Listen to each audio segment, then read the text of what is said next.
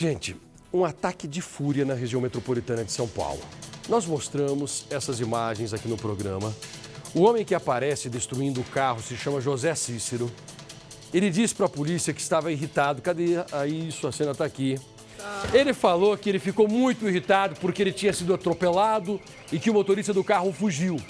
E aí ele tinha encontrado esse carro parado às margens de uma rua e, para se vingar, começou a destruir o carro inteiro. O grande problema, Lombardi, é que depois de destruir o veículo, é que ele descobriu que, na verdade, pegou o carro errado. Não era o carro que tinha atropelado. Você já pensou? Deixou um prejuízo para um inocente que não tinha nada a ver com essa história, que usa o carro, inclusive, todos os dias, precisa ir ao trabalho, precisa estudar com esse veículo, é o suporte que ele dá para a família, e agora está sem poder utilizar o carrinho dele por conta desse ignorante que você está vendo agora. E aí, Lombi, você dá risada ainda, né, Lombardi? Não, mas é um ignorante mesmo, você tem toda a razão. É uma besta. Ó, o cara chega com a moto, um capacete, depois que ele descobre que não era o carro, ele deixa o capacete, ele estava tão desnorteado que ele deixou o capacete para trás. Você viu que ele começou a bater com o capacete, né? Eu acho que ele quebrou o capacete dele, só pode ser isso. Aí largou no banco de trás do carro. Largou o capacete ali, foi embora, depois só com a moto sem o capacete. E por conta disso, um policial que tinha observado que ele estava andando sem capacete em cima de uma moto, o policial, para saber o que estava acontecendo, parou esse rapaz e só efetuou a prisão por conta disso. Se ele tivesse andando certinho, talvez não teria sido parado. Da infração. Só por causa da infração de trânsito. Nós temos uma reportagem agora que foi à procura desse rapaz, para saber se ele quer se explicar, e à procura também do dono do carro destruído. Você vai entender essa história numa reportagem exclusiva que ficou pronta neste exato momento, quando são 13 horas e 27 minutos. É o jornalismo aqui do Balanço Geral da Tarde, que vai, que investiga e que traz todos os detalhes, todas as histórias num resumo completo. Põe no ar.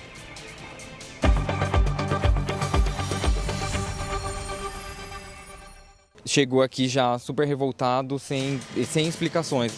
Gritos. Violência. Destruição.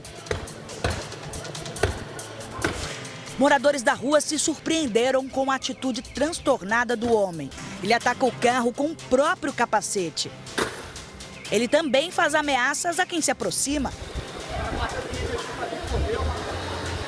Ele sai da rua, mas não acabou. Pouco tempo depois, ele volta segurando um pedaço de madeira de uma obra e continua com os golpes.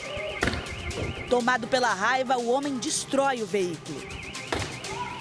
Gente!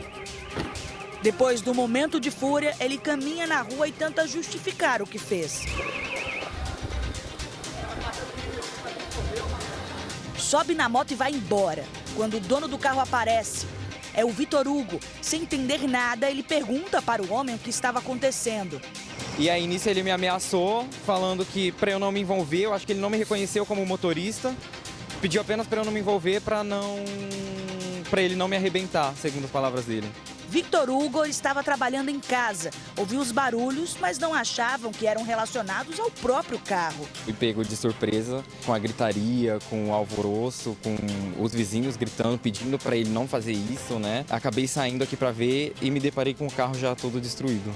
O Balanço Geral teve acesso com exclusividade a essas imagens que revelam o começo de tudo. O homem chega de moto nesse bar e conversa com algumas pessoas. O cara chegou aí, chamou um cara lá dentro do rapaz do bar, aí ele viu fora do bar, aí quando ele perguntou de quem era o carro, aí o cara falou que não sabia de quem era.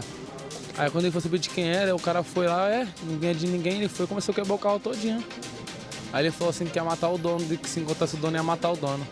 O homem atravessa a rua, descalço e cambaleando, pega o próprio capacete e começa o ataque.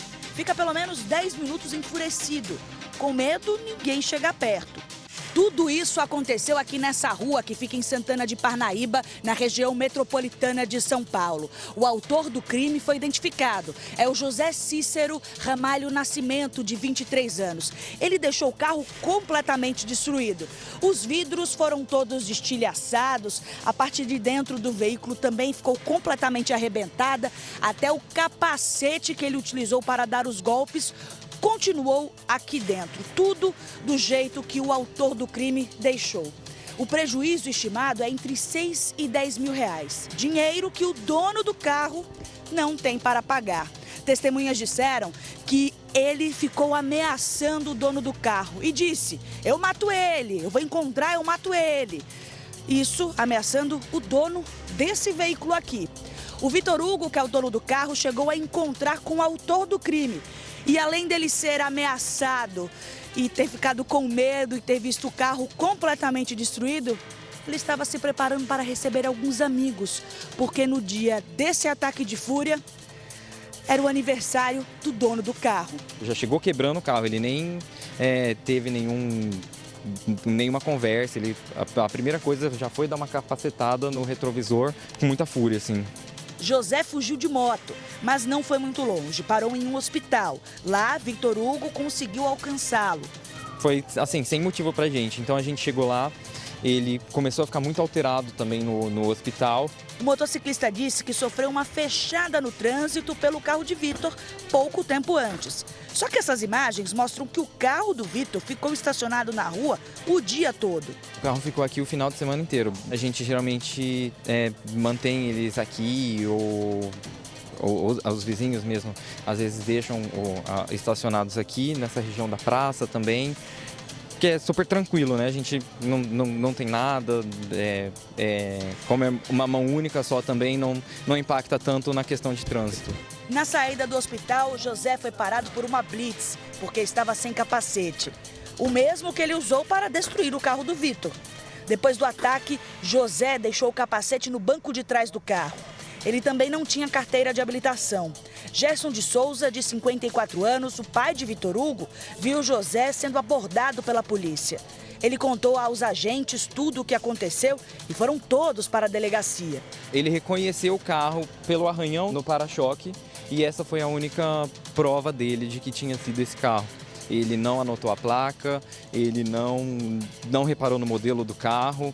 Ele não reparou quem era o motorista, nada. No boletim de ocorrência, José não especificou o modelo do carro que o atropelou. Disse apenas que era da cor escura. O carro de Vitor Hugo é um Fiat Palio. Ele disse que no hospital, José falou para ele que foi um Fiat Siena que o derrubou da moto. Quem ficou com prejuízo foi o Vitor. O carro que ele usava para ir ao escritório nos dias de trabalho presencial não tem seguro.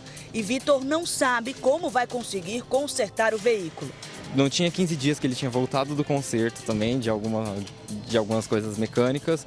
Então, assim, além de tudo, teve esse choque do acontecimento sendo o dia do meu aniversário e de eu ter gastado, querendo ou não, uma notinha com ele há algumas semanas. A família de Vitor mora na rua há 23 anos. O carro foi comprado pelos pais há pelo menos 10. Sem espaço na garagem, o jeito foi deixar o carro de Vitor na rua. Ele era do meu pai, então meu pai acabou comprando outro carro e aí a gente acabou repassando esse para mim. Ele está aí na família há um bom tempo. Nós tentamos contato com o José Cícero.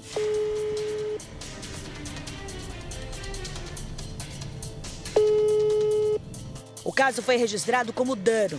José foi autuado, mas liberado, já que não houve uma vítima fatal. A polícia segue a investigação.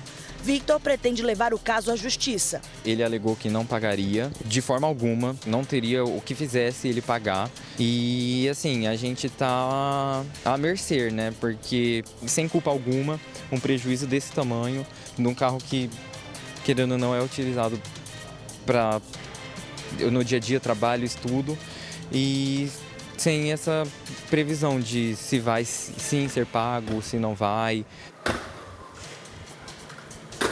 Que belo presente de aniversário, né? Eu tô olhando nas redes sociais, esse vídeo foi postado agora nas redes do Balanço. Tem muita gente comentando, como o Valdeir, a Gisele, Romano, e todos comentando a mesma coisa. Poxa, no dia do aniversário, o cara recebe um presente de grigo desse. Esse homem, além desse processo crime que ele vai responder, ele precisa arcar com esses custos, com essas responsabilidades. Cara, é ignorante, não. Mas aí é o processo civil. que tem que ser, teria que ir num juizado de pequenas causas, funcionasse rápido, decide na hora, vai ter que pagar. Ah, não tenho dinheiro, não tem dinheiro? O que você tem de bens aí? É uma casinha? Vai penhorar a casa e vai pagar. Do contrário, vai ficar se arrastando na justiça, isso por muito tempo. No juizado de pequenas causas, a coisa anda mais rápido, né? Tem Se for na justiça comum, vai demorar. Não, claro. Tem que ser nas pequenas causas. Aí até uma indenização até 60 salários mínimos. Seu advogado vai te orientar. Mas quando é uma indenização menor que você quer receber, menos do que 60 salários mínimos, que é o caso aqui, obviamente, a justiça anda bem mais rápido e você pode entrar com processo contra esse rapaz. Com certeza vai acabar ganhando, inclusive, né, Lombardi? Com essas imagens todas. Exatamente. Tem imagem, tem depoimento. Ele tem moto. Vende a moto e paga. Não sei se vai dar para vender a moto para pagar os estragos ali, de 8 a 10 mil reais. Para aprender a largar de ser bobão. É isso aí. Não é?